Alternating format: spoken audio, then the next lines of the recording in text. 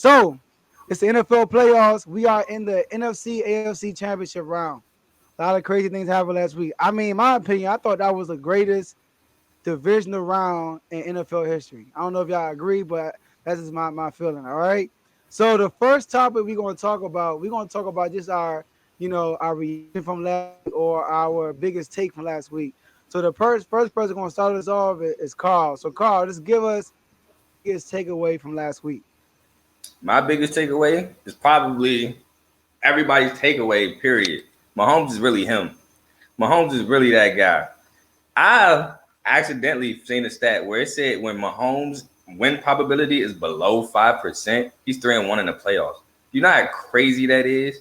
Crazy. For your win probability to be below 5%, that means you have a 95% chance of losing. And you defy those odds 3 times. Not once, 3 out of 4 times. That's incredible. Not to mention that he already has a ring in his second year in the league. So, man, like I said, my biggest takeaway is Mahomes is really that guy. You can't bet against Mahomes. You can't.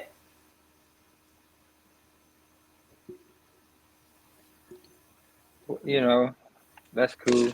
I feel like we already knew that though. He that guy.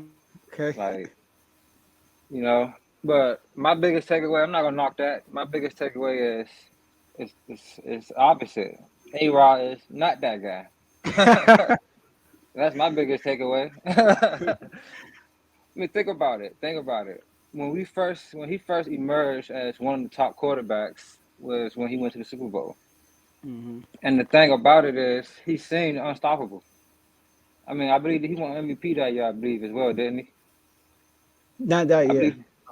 I believe he That won might have been a Peyton MVP. Manning year. His Super Maybe. Bowl year, nah, cause you were hard that year.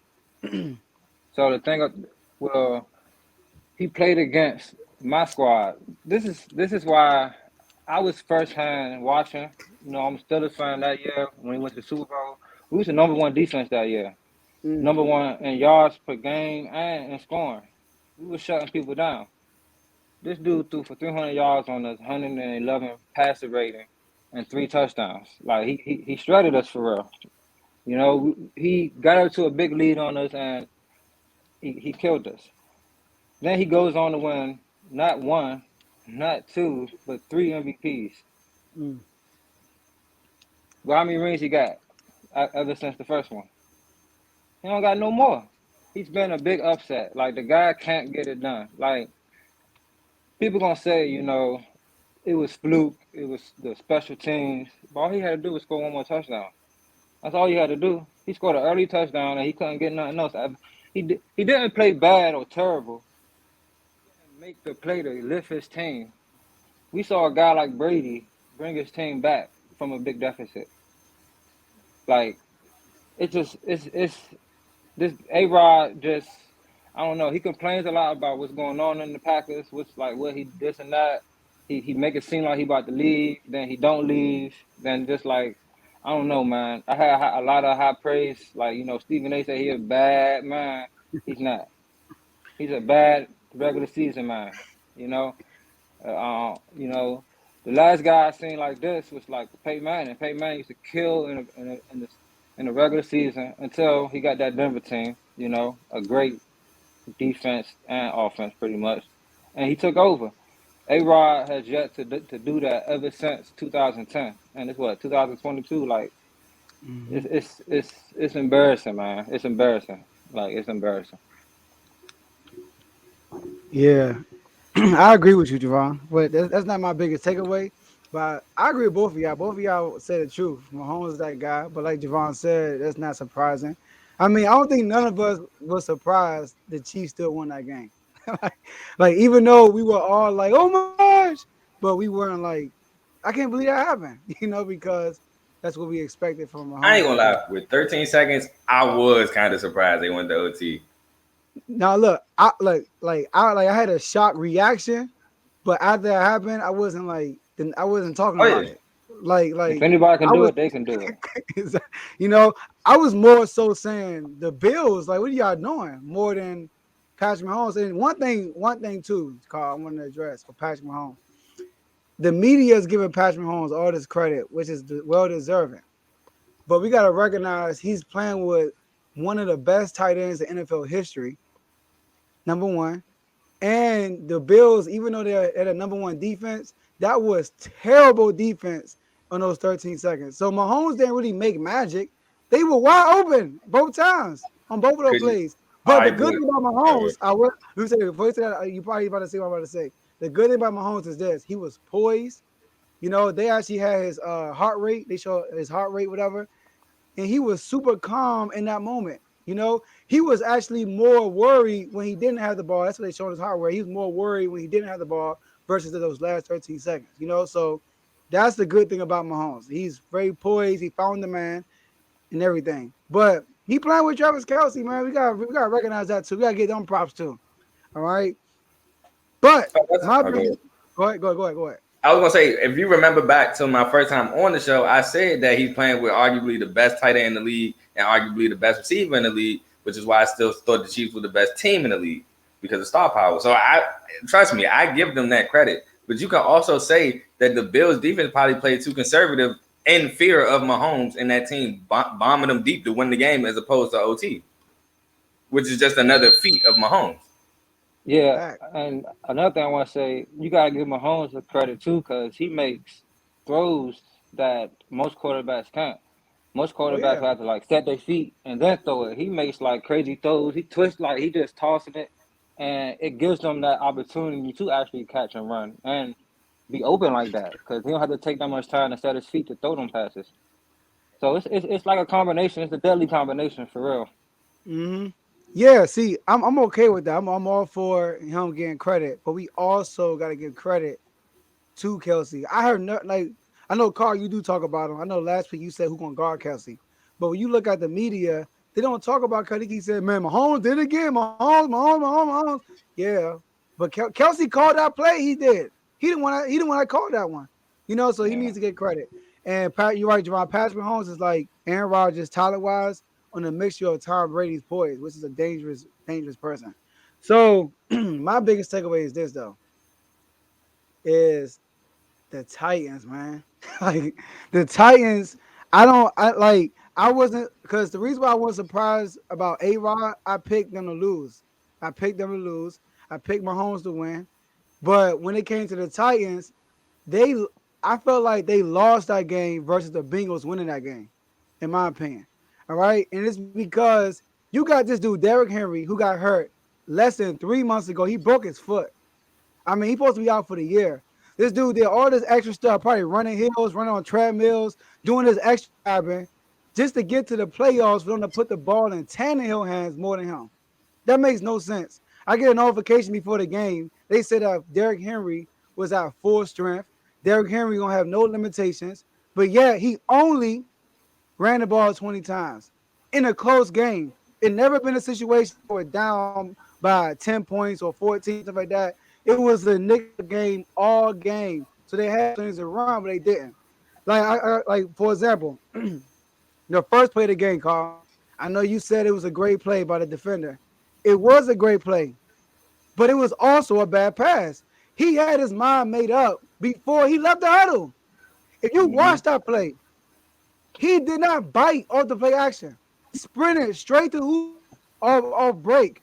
And Tannehill was with Julio the whole time, and he threw it straight to Julio, not even looking at the guy threw an interception. So that's all Tannehill to me. If you had a different quarterback, that's a rookie mistake. A rookie is a coach.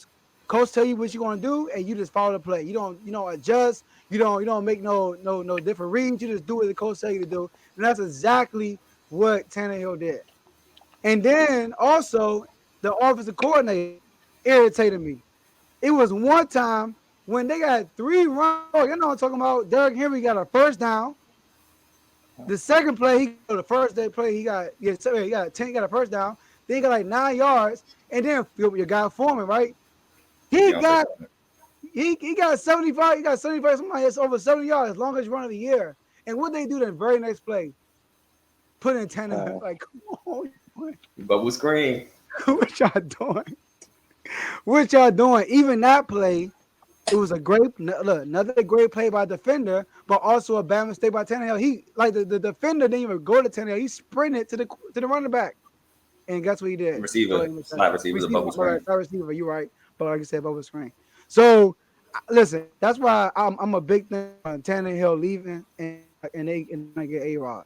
You know what I mean? But I thought that, and real quick to say something about Aaron Rodgers.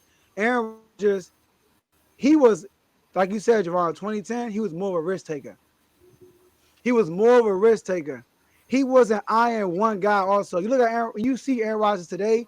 He looks at Devontae and Aaron Jones. That's basically it. I was watching that game from the coach's film, and it was a lot of times when Lazar was open, but he was set up for Aaron Jones, or somebody was open, he was set up for the matter of fact, that one play when Devontae was double teamed.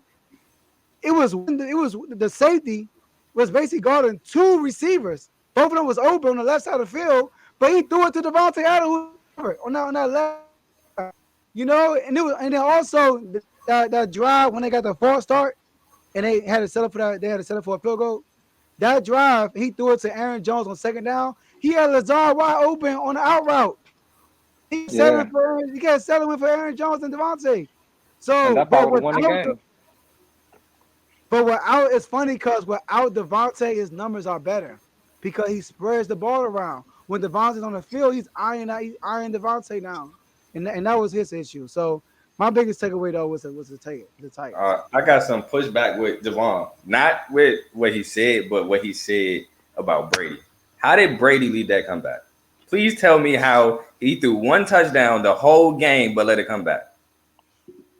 It wasn't that he led the comeback. He gave his team that Brady. That is what he's known for. He's known for you got Brady in your team. You got a fighting chance. You know what I'm saying? He gives your team extra umph. He's the emotional. Do you not see him on the field yelling and That's cool, screaming? but a receiver does that. That's being a diva. Continue. No. See, you get it twisted because it's called Psycho Tom. We know about Psycho Tom. Psycho Yeah. Tom goes crazy. He's been doing this. He's been doing this. Yes, He's been because he's going a a little more quarterback. crazy now. Listen, he's been going a little more crazy now, throwing tablets and all that kind of stuff. But he's always been Psycho Tom. He always get emotional. He's the emotional edge on your team. He pushes guys. That's what he does. You can't sit here and tell me that Tom Brady ain't had nothing to do with that team coming back. A lot of teams He give up, don't. huh? That's He what he ain't got does nothing on to do his with none team. of them fumbles. If Cam Akers don't fumble going into the half, but at the one, that's game over. One. Cooper Kupp, when does he fumble on catching an out route and turning up the field? Then Cam Akers comes down the middle and fumbles again. They have 4 fumbles. Brady doesn't throw a touchdown on most of them. Then they get another. They turn the ball over on downs, and the center snaps the ball 30 yards down the field. Yeah, I'm with Carl on that one. I want to call. So you You don't know, think Brady had nothing to do with the comeback No, at all? I'm not no. gonna say He he had had nothing. short fields. He had short fields and didn't convert. It was the Rams turnovers.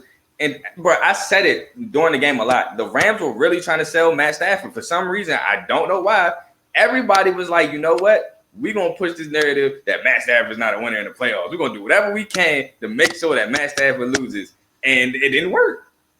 Yeah, yeah. The Rams are trying to lose that game.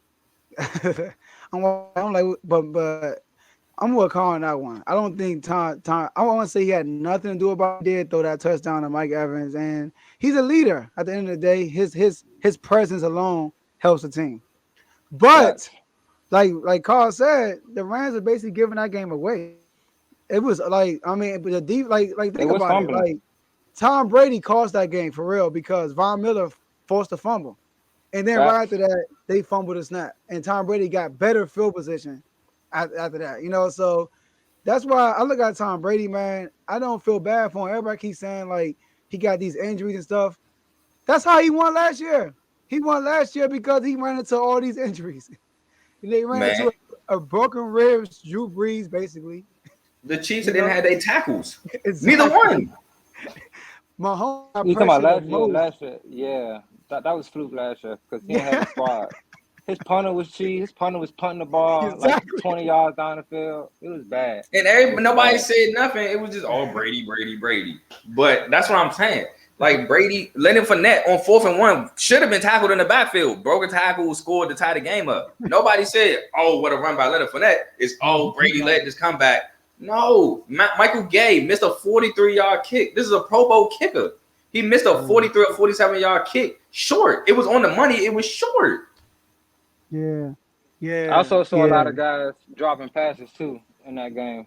You know, I saw balls behind receivers too. I ain't see. Tyler Johnson dropped when the ball was behind him. I saw Mustafa throw some off throws too. You know what I'm saying? Quarterbacks throw off throws in the game. You know what I'm saying? That's true. But my whole How thing many is drops this. did you see on the Rams though? How many people did you see just drop the ball? It was a many Tyler of Higbee. those. I seen Tyler Higbee drop one. How many? You see another one?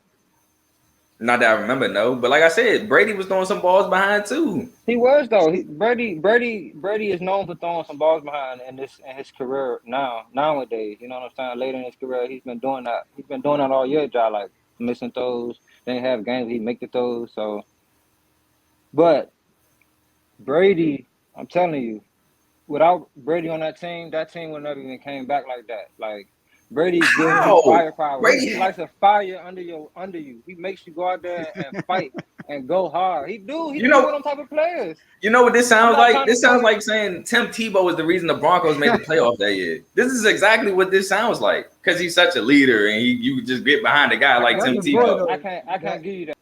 Yeah. No, I'm saying this game. Okay. I'm not saying in general. I'm just saying this game sounds like a Tebow game. Like you give Tebow the credit, not in general, not throughout Brady's career, because no, that's not true. Listen, I'm just saying this game. Brady all the credit. I'm not saying that. I agree with that. The fact the Rams were turning the ball over, that's facts. They made some bonehead decisions and mistakes, but we've seen guys get balls in short field position and don't convert plenty of times. Brady did what he had to do. You know what I'm saying? No, that's my point. He got the ball in short fields and didn't convert. And the Rams was like, here you go. Here's another try.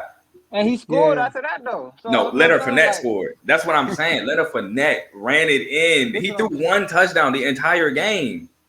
And it was late. But yeah, like they had issues because like Brady can't move around the pocket. Like I mean, he can move around the pocket, but he can't throw on a run like Mahomes and stuff like that. Because once you put pressure on, that's why they come beat the Saints. They put pressure on that guy. It's a wrap, So that's what happened with the Rams. You know what? I also thought was kind of funny. I was watching some of the Hard Knocks in season with the Colts, right? And they was the week they played the Bucs, and they were touting him as the GOAT and all that, which is cool. And they were like, but if you get pressure on him, he's going to throw you the ball. If you get pressure on Brady, he's going to throw it to you. You just got to catch it. And I thought it was oddly, like, it was strange because you're calling him the GOAT, but you're saying the pressure, he going to give you the ball. Like, to me, it was kind of different. But another thing I had pushed back on was what you said, Joe. You said that the Bengals didn't win that game. The Titans lost it. I told you last week, the Bengals defense is better than what people give it credit for. And for them to get 3 picks, one, Mike Hilton, I don't know if y'all seen the clip, but Mike Hilton knew the bubble screen was coming. That's just film homework and all that. That's what a good defense does. He said, I know it's coming. He going to throw it. I'm going to get it. And he got it. Jesse Bates, another person I told you was one of my dogs who made All-Pro last year, caught the first pick. Eli Apple was in position. He didn't necessarily make the pick, but he got the ball tipped, and Logan Wilson came down with it. Logan Wilson had 8 tackles, I think 6 solo. That defense played really well. Derrick Henry had 20 rushes for 60 yards. That's less than 4 yards a carry.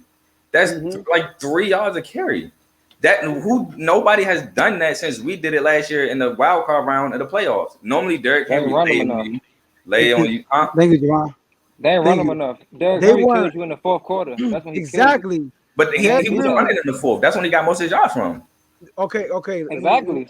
They supposed to keep running. That's what we trying to say. Look, Carl, but it wasn't that many is my point. Carl, I'll give you an example of one drive that we didn't talk about yet, how the Titans lost this game.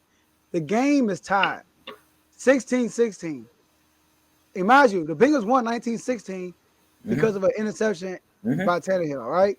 But before that, they drive the ball downfield. It's 2nd and 3. What you gonna do in the 2nd and 3? Run with Derrick Henry. But what they do, they pass. Now it's 3rd and 1. What do you do on 3rd and 1? You run with Derrick Henry. They did an RPO with Tannehill. They did it, But all right, so I talked about that too. The read option thing, I'm not that mad at because you kind of want to get that. You don't want them like everybody and their mother know you're running to Derrick Henry, so they wanted to act like they was giving it to Henry and then keep it because it worked. It worked for them in the past, so I give them a pass on that one because it has worked for them in the past. And the Titans, they were probably thinking like they're gonna commit hard. Even the dude that has contained, he gonna commit hard on Henry, and Tannehill's gonna get it outside. He's a former receiver. You gotta remember, Tannehill's also a former receiver, so he's not a regular quarterback. Like he can actually move. So they're like, all right, even if he jumps a little bit, Tannehill can get around it. We get the first down. Now the thing I didn't agree on was going for it on fourth down when you're in field goal range. Just take your points. That's what I didn't agree with. That's true. See, no. But also, go ahead, Javon. See, I would agree with the RPO thing if you would have ran it on second down and then did that RPO thing. Exactly. But you throw it and then do RPO, like you haven't gave it to Henry yet. So like, I don't think you're gonna give it to him. You ain't feeding him. Y'all obviously think he's still hurt. You know what I'm saying? So I didn't get it neither. I thought they was gonna put it on his back. And just like you said, Joe, the reason why they lost because they made it Tannehill versus Joe Burrow, and he's not gonna win that matchup. He's not that I think good. they should have ran Foreman more because Foreman actually was the more effective back. No, you're right. They should have ran the ball more. But think about it, Carl. Your boy Tannehill already threw 2 picks. So why are you doing the RPO? It's not my boy. Why are you continue to put the ball in his hand? You got to take the P out of it. It was a read option. It was no pass option in it. Okay. Yeah, all right. No, yeah, okay. You're right. But that's my thing. And Tannehill overthrew AJ Brown for a TD. that turned into a punt. Hey, you know what DB's doing over though? He's bad. Yeah, no.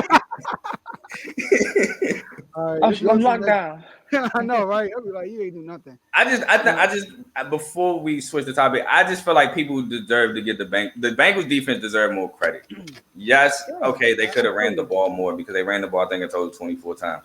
But like I said, Derrick Henry was only averaging 3 yards a carry, if that, or a little bit, maybe a little bit more. And like y'all said, he is coming off the major foot injury, so maybe they're in their mind like, dang, he only averaged 3 yards a carry his foot, even though he was kind of on time. Because I believe he had a Jones fracture, which is regular 6 to 8 week injury, like to heal. But I just think the whole 3 yards per carry probably played a part in it. Yeah. Yeah. So Mahomes, Rodgers, Tannehill, crazy.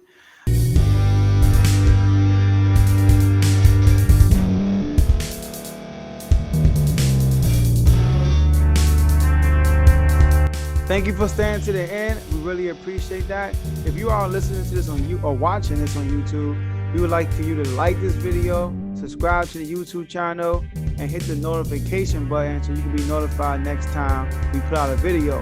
If you're listening to this on Spotify, Apple Podcasts, iHeartRadio, Google Podcasts, etc., we would like for you to follow us on those platforms. Also hit the notification button so you can be notified when we're out. And last but not least, no matter what platform you're listening to or you're watching it on, share it with someone you know, and they could be part of the movement also. So thank you guys for listening, and we'll see you guys next time.